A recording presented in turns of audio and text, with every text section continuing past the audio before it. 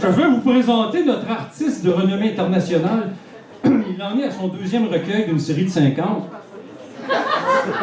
Le premier s'intitule Recueil de minuit. Très beau titre d'ailleurs, publié. C'est quand j'ai vu ce livre-là ici, là. Quand j'ai vu ça dans mes mains au mois de novembre, c'est imprimé par lulu.com. Lulu, parce que ça s'appelle Lulu, moi je pensais que c'était en France. Tu sais. Mais c'est à New York, ça a été fondé par un Canadien, Robert Young, qui vivra éternellement. Donc, il a fondé cette patente-là en 2002. Et genre, j'ai vu le livre, j'ai dit, ben, c'est un vrai livre, tu sais. Je me suis dit, non, mais tu sais, c'est porté à dire, parce que j'ai vu des livres à Spring récemment, tu sais, j'appelle ça des livres à Spring, des spirales. Ben, c'est à l'aide des affaires d'école qui dureront pas longtemps. Mais quand j'ai vu ça, c'est un vrai livre, il y a un code ISBN. Donc, si je fais faire mon livre là, c'est ça qui va ressembler. Ben, en plus beau, parce que je vais être dessus. Puis finalement, ben, c'est ça. Donc, j'ai fait les démarches. J'ai reçu une somme faramineuse de retour d'impôt de 5 ans de gars de la rue qui n'avait pas fait ses impôts. Finalement, j'ai reçu 3000 piastres. Puis au lieu de l'envoyer à un éditeur, à compte d'auteur, qui était première chance, ça coûtait 2000 pour sortir mon livre, ben j'ai dit, je vais le faire moi-même. Puis là, j'ai eu l'idée du collectif en allant prendre l'autobus pour aller à Radio Centre-Ville un mardi soir. Et 2 heures après, le plan était fait et pendant la nuit, il y avait déjà 11 personnes embarquées. Et ben c'est la suite... Ben, il dit, c'est comment est-ce qu'il appelle? Il y a une suave là-dessus. The rest is history. Donc, maintenant, bon, on se met à faire des livres. Pourquoi pas? Il faut que ça sorte. Et comme je me plais à dire, on publie tout le monde. Ça veut pas dire qu'on publie n'importe quoi. Donc, notre artiste ce soir. Donc, vous connaissez son nom. Il se décrit, entre autres, sur son Facebook comme un anarchiste pacifique non rassembleur. Intéressant, quand même. À propos de lui, c'est marqué « Je suis moi ». Sa citation favorite « Shoot, damn, why ». L'avenir appartient à ceux qui se lèvent tôt et le présent à ceux qui ne se lèvent pas. I have a dream. Il écrit, entre autres, au travers ce livre, dans sa présentation ronflante. Il a étudié à la Sorbonne, comme j'ai mentionné tout à l'heure. Et il y a 3 baccalauréats. Oui. Il a écrit ici, entre autres, « Écrire, c'est se libérer. C'est aussi laisser libre cours à ses pensées les plus secrètes et prendre la place du passager dans la voiture de l'imagination. La voiture de mon imagination revêt de drôles de formes, et j'ose espérer qu'elle jure énormément entre elles. » C'est bien écrit, quand même. Il faut applaudir. Merci beaucoup, merci. Avant de passer au clou de la soirée, je vais vous lire un poème, poème ou nouvelle, on ne sait pas comment appeler ça, des fois on fait un texte, publié dans ce recueil de minuit qui est disponible à l'accueil ici, à 12 $. Le même prix que son deuxième à 12 $, et pour les deux, un spécial à 23,99 ici même à l'accueil. Dépêchez-vous pour sauver une scène. J'ai choisi ce texte, d'un parce qu'il est court, puis c'est ça. Puis de 2 parce que j'ai choisi celui-là. Accompagné de Marc-Paul Hubert. Ça s'intitule « Elle ». Sérieux. Elle s'éloigne de moi, de plus en plus rapidement. Déjà, je commence à la perdre de vue. Elle commence à se fondre avec le décor. Je sais pertinemment que si je ne commence pas à foncer à sa suite bientôt, je la perdrai de vue et mes chances de la rattraper seront faibles. Elle est ma vie, ma passion, ma raison. Je la laisse me quitter car je sais au fond de moi que c'est ainsi que doivent se dérouler les événements. Ça ne rend pas les choses plus faciles que d'y être lucide. Au contraire, c'est plus difficile pour moi. Chaque seconde est une torture. Elle n'est plus qu'un point rouge à l'horizon qui disparaît sans laisser de traces. Je sais que si je la poursuis maintenant, je gâcherai tout. Jamais elle ne me le pardonnera. Elle veut prendre du recul, réfléchir, ou nous, décider de ce qui est mieux. Mieux pour qui? C'est la question. Du point, elle n'est maintenant plus qu'un souvenir. Je sais que c'est mon signal, mon point de non-retour. Pourtant, je reste sur place et j'attends. Je réfléchis à mes options. Si je la pourchasse, elle se croira peut-être poursuivie. Et la panique prendra alors sûrement le dessus. Que faire? Son souvenir s'estompe doucement de mon esprit. Je me souviens de ces lignes gracieuses qui feraient fondre tout un chacun. Je me souviens de son parfum si caractéristique, un parfum que je reconnaîtrai entre mille.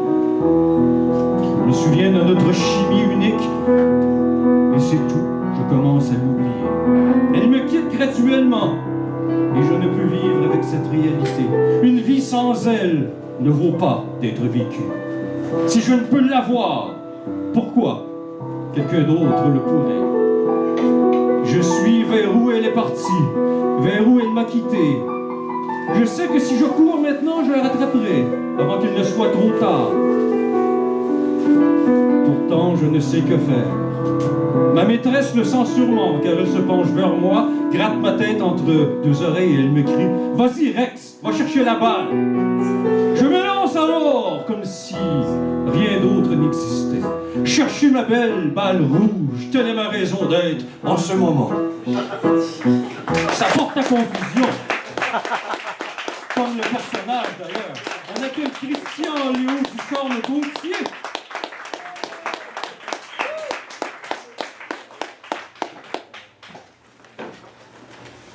Bon matin. Bonne nuit. On va prendre celui-là, tiens. Oui. Alors, c'est une bonne blague qu'Yvon vient de me faire parce que j'avais choisi de lire cette nouvelle à un certain moment de la soirée. Donc, on a changé les plans au hasard, à la va-vite comme ça.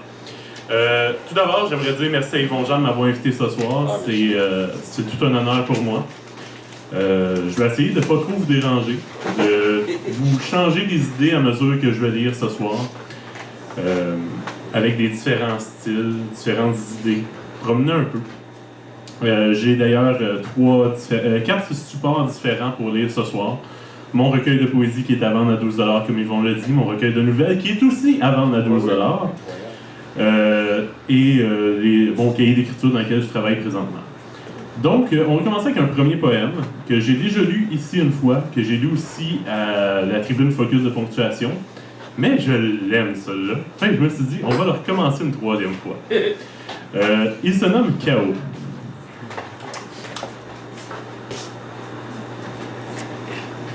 Né du bruit, des émotions fortes, de la violence ambiante.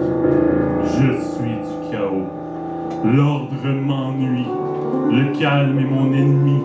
Je m'abreuve de la souffrance. Je suis du chaos. Les désastres naturels font mon bonheur. J'aime la souffrance. Je suis du chaos. Trou de mémoire. Baignant dans le malheur, j'y nage comme un requin, chassant les plus faibles. Je suis du chaos. Et à ma mort, les gens danseront et feront un feu qui s'étendra et brûlera leur récolte. Dans ma mort, je rirai. Je suis le chaos. Merci beaucoup. Yeah.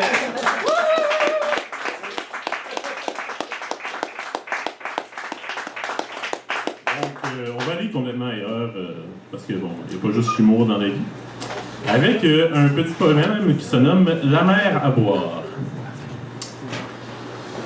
Cher enfoiré de mes deux, simplement à l'idée de t'écrire, j'ai une forte envie de vomir, ou de me crisser dans le feu. Il est de ces gens que l'on rencontre, à un moment de bassesse de nos vies.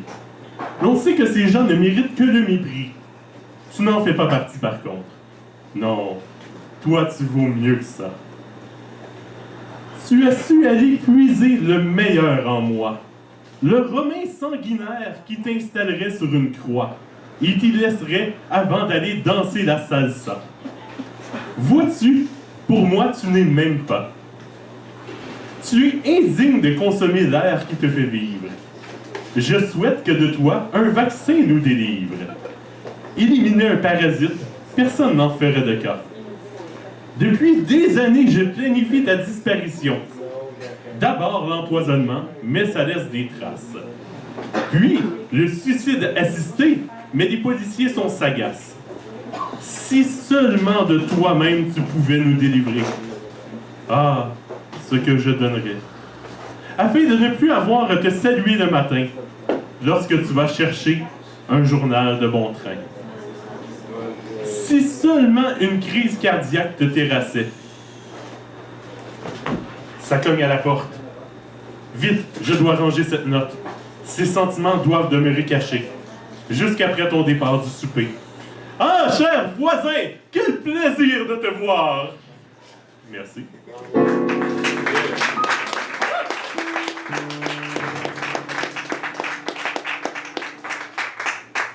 On va continuer avec le chant du rossignol. C'était le plus bel après-midi, de la plus belle des journées, du plus bel été, imprimé dans ma mémoire.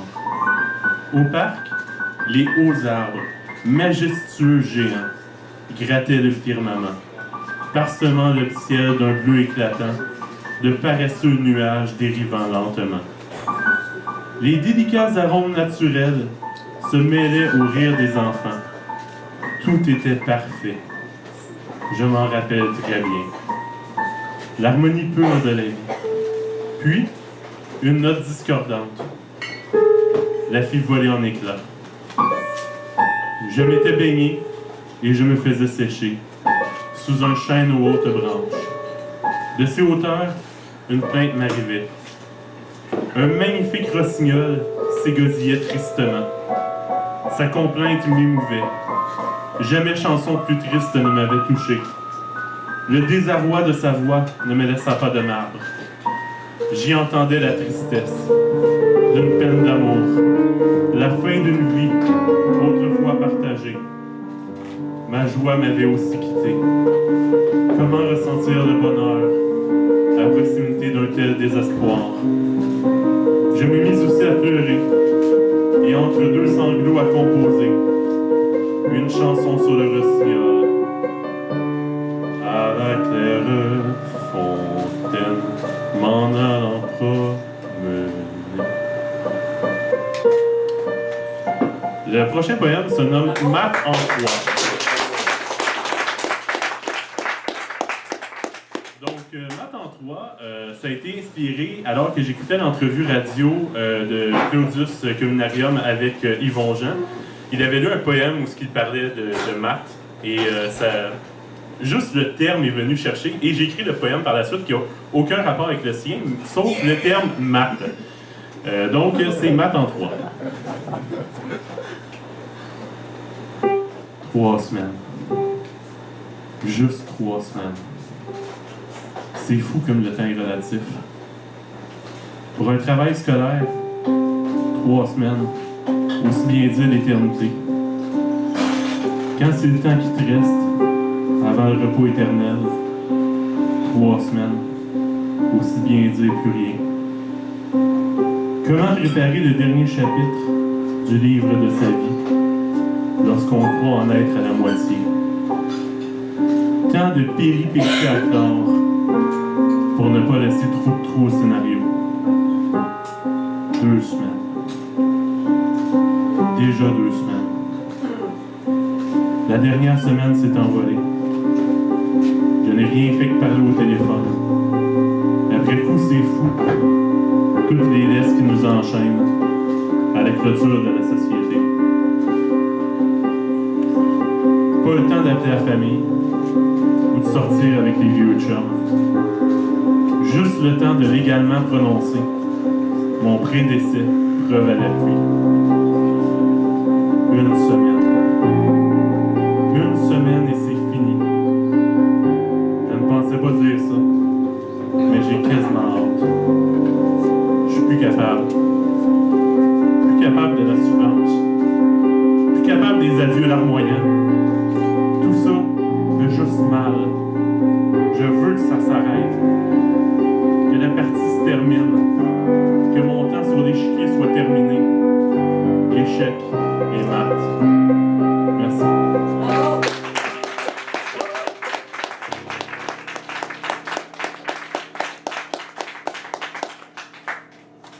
Donc, le prochain se nomme Bruit sourd. C'est d'abord un claquement, mais je ne l'entends pas.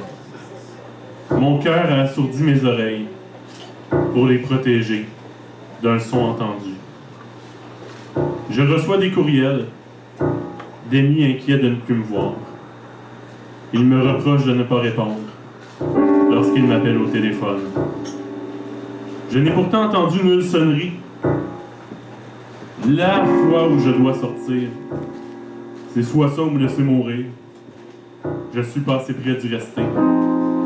Un camion a failli à me frapper. J'espère qu'il ne m'a pas questionné. Suite à cet incident, j'ai décidé de me terrer chez moi, là où rien ne peut plus m'arriver. J'y suis seul depuis, je te laisse. Les derniers mots suivis du claquement sourd.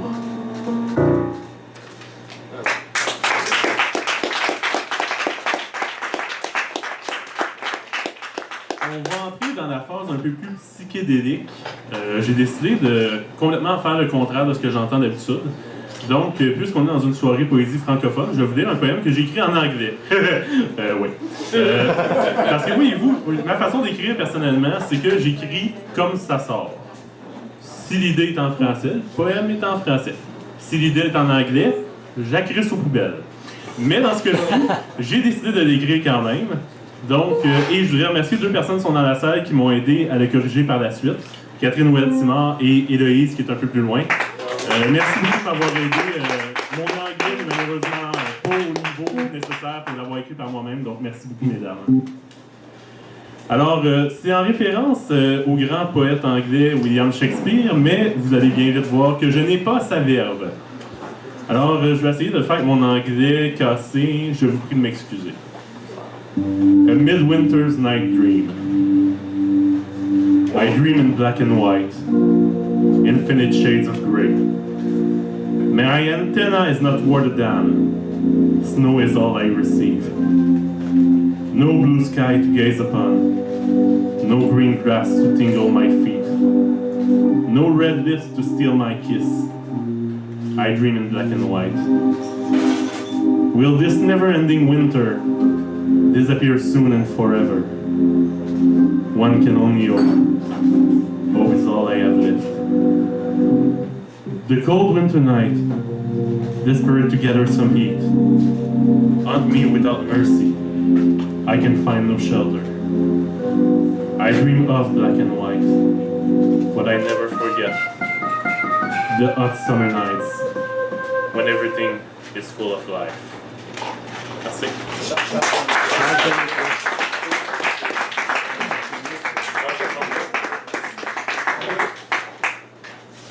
Changement de micro. Oui. Donc, on va maintenant y aller avec 2 nouvelles, dont une que j'ai dû choisir à la va-vite suite à une petite surprise. Donc, celle-ci ne se trouve pas dans le recueil de nouvelles que je vends à la porte, puisqu'elle sera du prochain recueil de nouvelles, qui était à la base composé de 52 nouvelles écrites en 52 semaines. Évidemment, j'ai été incapable de le faire. Je suis rendu à environ une trentaine de nouvelles sur 40 semaines, donc il n'y en aura pas 52 au total, mais il va y avoir quand même plusieurs nouvelles dans le recueil. Donc, celle-ci se nomme Enlèvement. Je n'ai jamais cru en Dieu. Pour moi, la notion d'une entité supérieure, bienveillante ou pas, relevait de la fiction. Une idée créée pour expliquer ces phénomènes que nous ne pouvons expliquer de façon logique. Je croyais autant en Dieu qu'au paradis, c'est-à-dire que je ne croyais aucunement. Hier, pourtant, mon système de croyance a été ébranlé. Jamais plus je ne pourrai douter. Nous ne sommes pas seuls. Si nous ne sommes pas seuls, comment expliquer la vie telle que nous la connaissons? Je savais qu'il existait d'autres espèces, bien évidemment. Mais jamais je n'avais été confronté à quelque chose de semblable. Je retournais tranquillement à la maison, sous la douce lumière de la lune, surveillant mon trajet pour éviter de m'enfarger sur un quelconque obstacle. Je ne portais pas attention au ciel, préférant me concentrer sur ce qui m'entourait. Je ne sais donc pas quand ils sont arrivés. Brusquement, j'ai été aveuglé par une lumière intense qui m'englobait. Je me suis protégé les yeux autant que faire se peut, sans grand résultat. J'ai tenté tant bien que mal de me sauver, mais la lumière suivait chacun de mes déplacements. Paniqué, j'ai trébuché. J'étais alors trop essoufflé pour continuer de courir. C'est alors que j'ai été touché par Dieu. De la direction de la lumière, une force irrésistible m'a arraché de la terre. En moins de temps qu'il n'en faut pour le dire, j'étais violemment tiré vers le ciel et la lumière. J'ai bien vite terminé ma course dans une pièce constituée d'un matériel tel que je n'en avais jamais vu. La surface était solide et ne présentait aucune aspérité. Le sol était tellement lisse que chacun de mes pas me faisait glisser sur sa surface. Et la noirceur, j'étais dans la noirceur totale, incapable de me voir ou d'entrevoir ce qui m'entourait. Je savais uniquement que la pièce était immense. Après quelques heures de captivité dans une peur incommensurable, la lumière se fit de nouveau. Il ne s'agissait toujours pas de la lumière naturelle telle que je la connaissais, mais bien de la lumière artificielle qui m'avait suivi précédemment. Je fus de nouveau tiré vers le haut par une force incroyable. De ma prison lisse, on me déposa dans un enclos rempli de feuilles. L'enclos était transparent, mais je ne parvenais tout de même pas à discerner les parois. C'est alors que j'observais ma nouvelle prison que j'aperçus pour la première fois ce Dieu, celui qui m'avait pris. Gigantesque et repoussant, il semblait m'observer avec une fascination profonde. L'une de ses nombreuses mandibules, chacune bien plus volumineuse que moi, tapota violemment contre la paroi de ma prison. Visiblement, Dieu attendait quelque chose de moi. Ne sachant trop que faire, je me mis à manger la feuille sur laquelle je me tenais. J'étais affamé après tout. Dieu montra ses dents en un rictus apeurant. Il ne bougea cependant pas davantage. Il m'observait simplement alors que je vaquais, tant bien que mal à mes occupations. Je ne sais combien de temps ma captivité durera, mais je compte tenter de trouver un moyen de retourner chez moi. J'ai maintenant la confirmation que Dieu existe bel et bien, et je me dois de propager la bonne parole à mes semblables. Cher journal, hier soir, j'ai trouvé une belle chenille dans la forêt. Elle a tenté de se sauver, mais je l'ai attrapée. Je l'ai ramenée à la maison et je l'ai placée dans un bocal avec des feuilles. J'espère qu'elle deviendra un beau papillon. Elle a commencé à manger. Je crois qu'elle fera bientôt son cocon. Jérémie, 6 ans.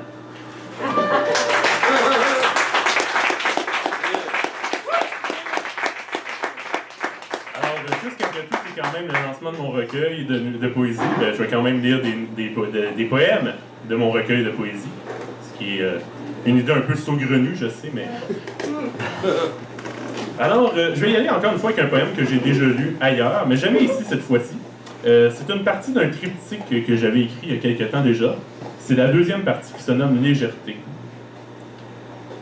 Les volutes de fumée bleue, exhalées par des centaines de bouches, toutes plus avides les unes que les autres, d'un instant de bonheur éphémère, se joignent aux nuages oppressants, présents depuis la nuit des temps, dérivant lamentablement au gré des vents, sous le ventilateur de l'establishment. Clic. Une flamme surgit des ténèbres ambiantes. Elle s'approche doucement d'une cigarette à l'attente, juchée au coin d'une bouche avide, attendant impatiemment sa dose de poison.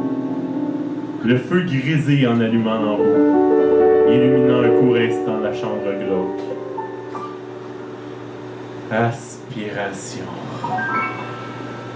Alors que le fumeur prend en lui la première bouffée de son vice adoré. La fumée dense, coulant en lui, emplissant sa bouche, sortant de ses narines. Expiration.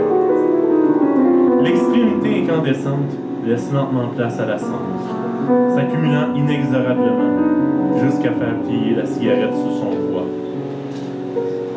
Exaltation. Il mêle sa fumée aux nuages, inconscient de n'être qu'un rouage. Le passager perdu d'un naufrage, victime d'une société sans âge, vedette incontestable du gaspillage. Expiation. Le glas sonne. La cendre tombe sur le sol. Oui, tu es poussière, et à la poussière tu retourneras. Le corps sans vie gît dans son cercueil, alors que la cigarette s'éteint. Le dernier clou est planté.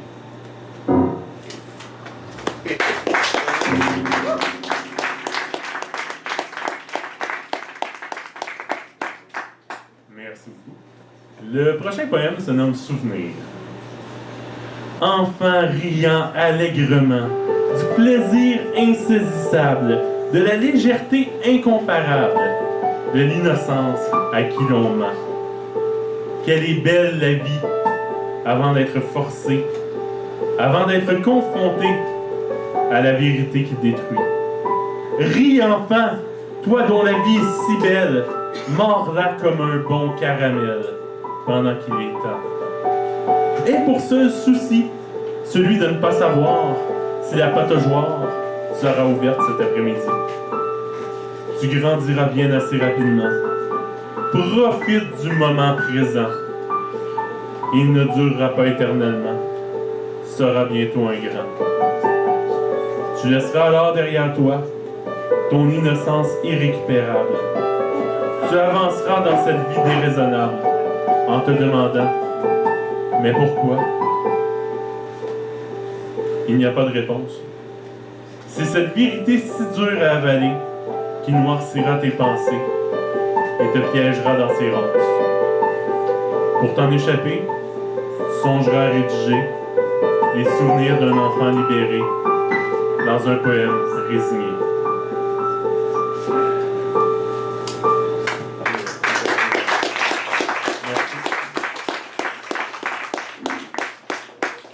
Le prochain poème, encore une fois, a été inspiré par quelque chose, mais qui n'a aucun rapport avec le sujet du poème. J'aime ça, on va faire ça, un événement comme ça, qui n'a aucun rapport, mais qui m'inspire quelque chose. Donc celui-ci est inspiré à la première tribune Focus à laquelle j'ai été, où Éric Roger et Jean-Yves Métellus s'étaient serré la main et s'étaient mis à réciter tous les deux par cœur comme ça. Et il y avait eu un moment de poésie vraiment magique. Et je crois que toutes les personnes présentes à ce moment-là, il n'y avait pas personne qui parlait. Je pense même que les gens se sont arrêtés de respirer pendant un certain temps. C'était vraiment exceptionnel. Et ça m'a inspiré un poème, comme je dis, qui n'a aucun rapport avec cet événement-là, mais bon, ça vient de là-bas quand même. Ça se nomme Partage. La poésie est partage. Elle brûle, elle brise les murs de l'isolement collectif, de l'apathie forcée d'une société qui nous veut contrôler. Lève-toi, poète, libérateur des mots, peintre du verbe, porteur de la flamme, irraisonnable liberté d'une époque résignée.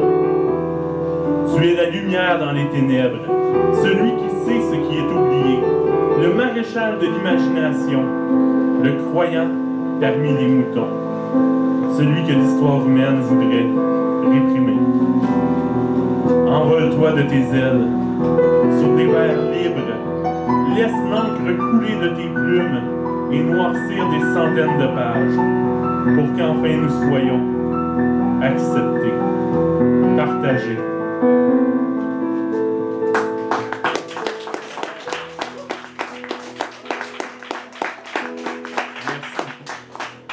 Alors le suivant, celui-là, je l'ai lu à une soirée sur le Vox, mais bon, je me suis dit je vais le relire ici tant qu'à y être. Il se nomme Prison. Je suis l'inconscient prisonnier, sans possibilité de libération, enfermé pour une peine de vie, sans contact avec l'extérieur. De temps en temps, on me nourrit. Je ne vois jamais mes bienfaiteurs. Je broie le noir de ma prison, où l'aveugle est roi. Désespoir, tu es ma maîtresse.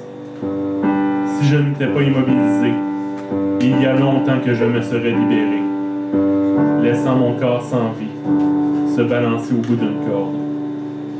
On m'en empêche. Je n'ai aucune liberté. Je suis prisonnier pour l'éternité d'un corps immobilisé par un accident qui m'a enfermé dedans.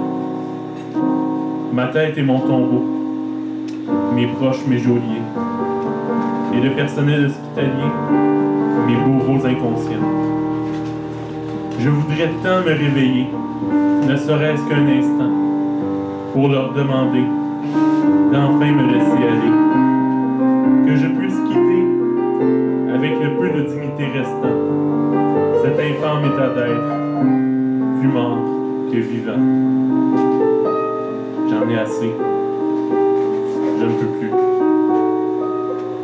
Je ne rêve pas de vers à pâturage ou de courir sur la plage. Mes désirs sont simples. Ouvrir les yeux, voir, parler, bouger, respirer. Ah, oui, c'est vrai. Même ça, je peux plus. Je ressens l'inconfort. De tout ce que je pouvais ressentir, c'est l'inconfort qui a pris le dessus. Le long tube de plastique qui descend dans ma gorge et fournit l'air dont mon cœur a besoin pour battre. Qu'il est inconfortable. Que j'aimerais le sectionner.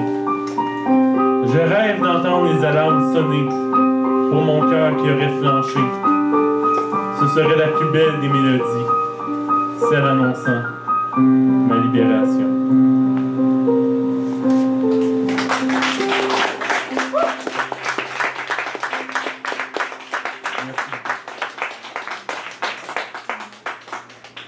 Le prochain poème se nomme Odd.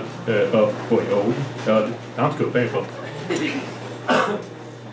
Toi, oui toi, laisse-moi te déclamer quelques vers.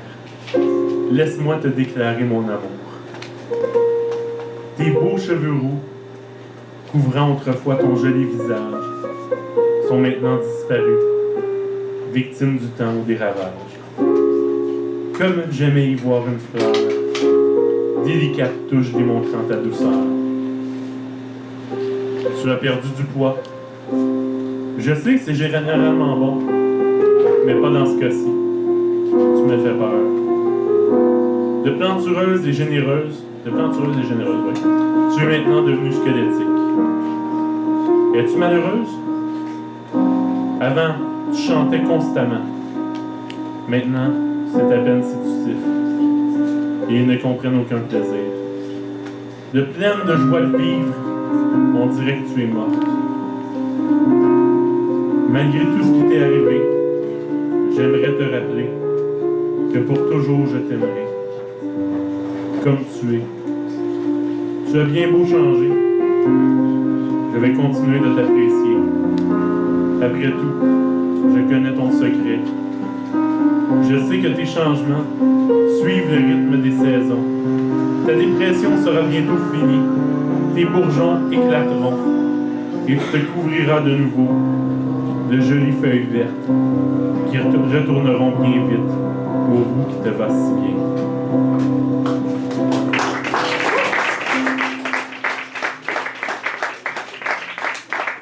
J'ai bientôt fini, ne vous en faites pas. Donc, le prochain se nomme Chute. La chute des papiers, justement. Donc, on applaudit les papiers, en effet, qui ont fait une si belle chute au moment où... Donc, chute. Lâché du ciel parmi tes frères, sans parachute aucun, tu tombes, toujours plus rapidement. Au sol, les gens te pointent. Certains paniquent. Une fillette t'attend, impatiemment. La langue sortie prête pour le premier flocon de l'année.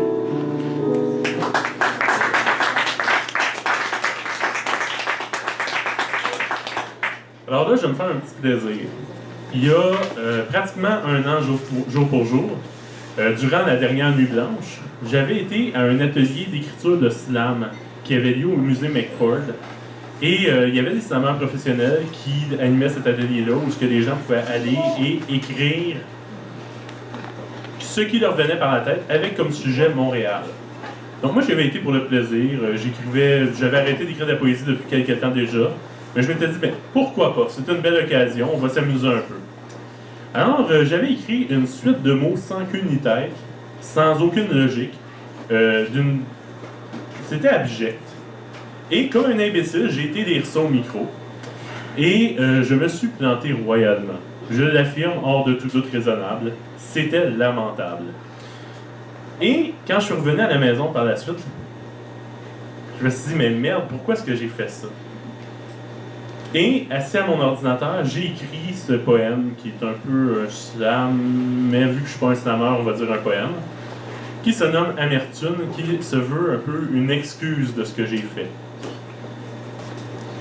Voici les mots amers, échoués de la mer, d'une ville super, qu'il ne faut pas taire. Je suis présentement amer de n'avoir pu présenter de père un poème pour ma mère lorsqu'il est venu le tour de le faire.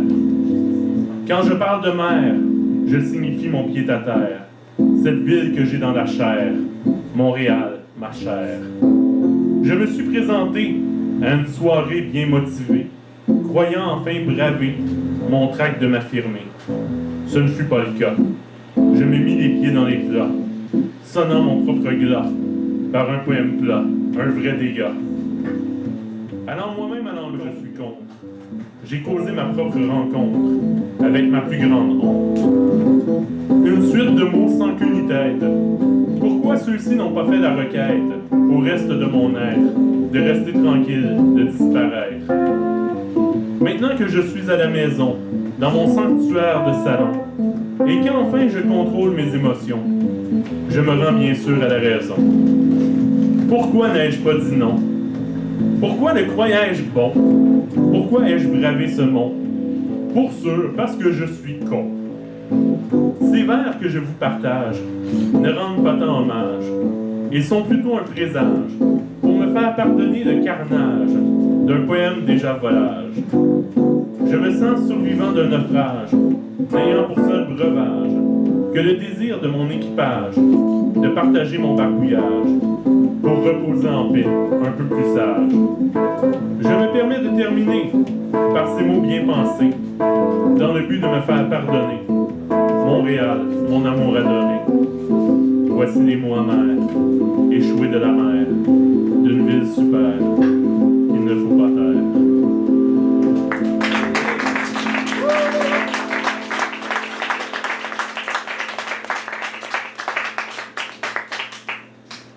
Merci beaucoup. Alors, croyez-nous ou non, jusqu'à maintenant, tout était préparé. Je sais que c'est difficile à croire, mais oui, tout était préparé, sauf la chute des papiers. Mais par exemple, la prochaine nouvelle que je vais vous lire ne l'était pas, puisque, surprise, j'ai dû évoluer hors de ma zone de confort. Donc, merci Yvon pour ce joli cadeau. C'est toujours amusant de sortir de sa zone de confort. Donc, je vais vous lire quand même une nouvelle qui est sortie dans mon recueil de nouvelles, recueil de minuit, puisque, après tout, lui aussi est en vente sur la table à 12 $. Je dis ça, mais je dis rien. Il en reste d'ailleurs 4 copies. Donc, la nouvelle se nomme justement « Produit de minuit ». Te raconterai-je un jour, cher ami, cher aimant, cher confident, cette drôle d'histoire qui n'en est que trop sérieuse, arrivée par elle-même et par la grâce du conducteur, dans un autobus de Montréal, un dimanche soir qui n'était de soir que par sa politesse, car il était de nuit. Vois-tu, cher lecteur, cher critiqueur, cher ami du fond du cœur, je ne sais si c'est à moi de partager une telle histoire. Contenant des faits réels, je ne sais si j'en ai le droit ou si c'est même mon devoir. Mais point de leçon, celle-ci n'étant pas appréciée, de te les divulguer de la sorte. C'est que j'ai encore un peu de vergogne, cher juge, cher juré, cher jury. Tant pis, je fais fi de mes scrupules et me fie à mon instinct. J'étais donc bien assis dans l'autobus, qui lui roulait tranquillement, me concentrant allègrement dans un livre fascinant. Alors que mon attention était toute attentionnée à faire attention aux attentions de l'auteur, je fus tiré, crois-le ou non, mais crois-le s'il te plaît, et même s'il ne te plaît pas, de ma douce torpeur, par un énergumène, une franco-québécoise pure laine, puis inhumaine. Ce fut tout d'abord le rythme pesant et lent de son patois particulier, puis les propos parfois incohérents et complètement loufoques, pour finalement être le discours décousu mais si prévu. La dame, la femme, l'héroïne de cette chronique, car c'en était une, racontait à tout un chacun, mais à un seul tout gêné de toute l'attention de tous, particulier ses déboires malheureux un soir de bar.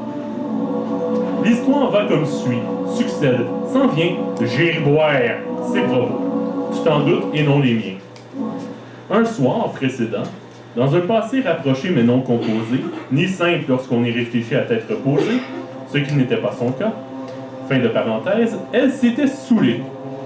Si j'en crois sa diction et sa cohérence, je te confierai, ami lecteur, qu'elle avait retenté l'expérience avant cette tranche de nuit. Elle racontait donc avoir picolé, avoir abusé, s'être saoulée, au point où elle s'était rendue malade. Plus malade que je ne l'étais à l'écoute de cette anecdote personnelle de la vie privée de sa personne sobre, si tant est que celle-ci existe. Elle racontait, partageait, s'épanchait de cette soirée d'excès excessivement gênant, aux conséquences excellentes, toute description aussi exhaustive soit-elle. Je me contenterai de te dire que les autres passagers se regardaient perplexes, ne sachant comment réagir face à ce débit d'émotions émotives, se déversant honnêtement d'une dame malaisante. Tout comme ce récit, ce témoignage, cette disposition, son déversoir fut arrêté par le barrage de son arrêt final, sa destination immédiate. Elle sortit donc de l'autobus, de peine et de misère, mais surtout de misère. Misérant contre la miséricorde douteuse du conducteur, s'étant arrêté trop loin du trottoir pour son goût personnel immédiat. Sitôt la porte refermée, nous isolant, séparant, protégeant des propos sans queue ni tête, mais surtout sans tête, car ils comportaient malgré tout des queues, vois-tu? Un voile se leva dans l'autobus et tous, oui, tous, poussèrent un intérieur, mais ô combien libérateur, soupir de soulagement.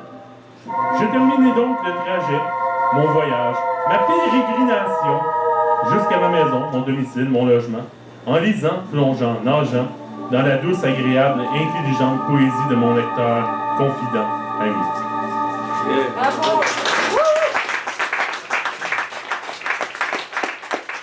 Il restait des copons de neige. Donc, on va y aller. Je vais terminer, dans le fond, avec mon dernier poème que j'ai écrit assez récemment quand même. Il se nomme Peine. Donc, je vais essayer de lui rendre hommage. Il fait noir. En tout cas, c'est ça que je vois. Ou que je vois pas. C'est à voir. Juste du noir. Des fois, il y a une tache de lumière. J'ai appris à la reconnaître. Quand elle passe, je ne regarde pas. Ça me fait trop mal. Mon cœur s'est habitué à naviguer à l'aveugle. Depuis que tu as crevé les yeux, je veux pas que ça change. Je suis tanné que ça fasse mal quand je vois quelqu'un qui te ressemble. Quand je vais dans un de nos anciens spots. Quand il joue Here Comes the Sun à la radio. Je suis juste tanné. Je veux que ça s'arrête. Je veux rester dans le noir. Loin de tout. Loin de toi. Je t'avais donné mon cœur. Tu l'as crissé dans le blender.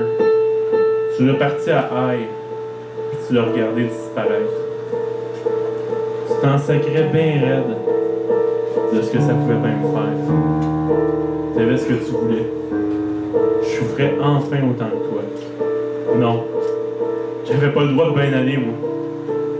Si toi t'en arrachais, il fallait que le monde entier brûle avec toi. Je t'aimais. Je t'aurais tout donné. J'ai tout donné. Juste pour pouvoir t'aider. On voit bien ce que ça a donné.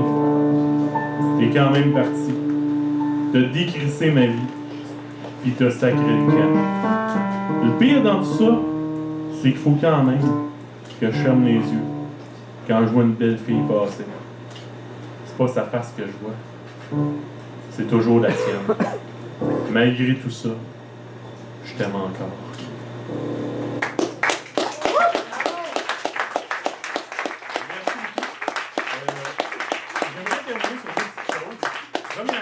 Je vais faire un petit spot publicitaire pour une amie à moi qui est dans la salle. Il y a sur la table à l'entrée des cartes faites à la main, pourrait-on dire, qui sont pour une thématique Saint-Valentin, mais un peu osée. Donc, elles sont assez amusantes, elles sont très très belles. Elles sont en vente à 5$ et c'est pour une bonne cause. Donc, je vous encourage grandement à en acheter une. Et en même temps, vous pouvez en profiter pour acheter un excellent recueil de poésie qui n'est pas excellent, mais qui est quand même là, sur la table, et un recueil de nouvelles qui lui aussi est sur la table. Je vais faire un prix spécial parce que chacun est à 12$. Je vais faire un prix spécial à 25$, mais je me suis dit que certaines personnes se sentiraient insultées en voyant la blague. Et puisque c'est mon lancement de mon recueil, qui dit lancement dit lancer, Donc, je vais lancer mon recueil, pas celui avec lequel j'ai lu, un autre parce que le mien commence à être magané déjà. Et je vais lancer, mais sans hasard, à une personne particulière que j'aimerais remercier pour les efforts qu'il fait pour nous à cette soirée Chapeau Noir. Donc, Lou. Wow. Merci beaucoup tout le monde.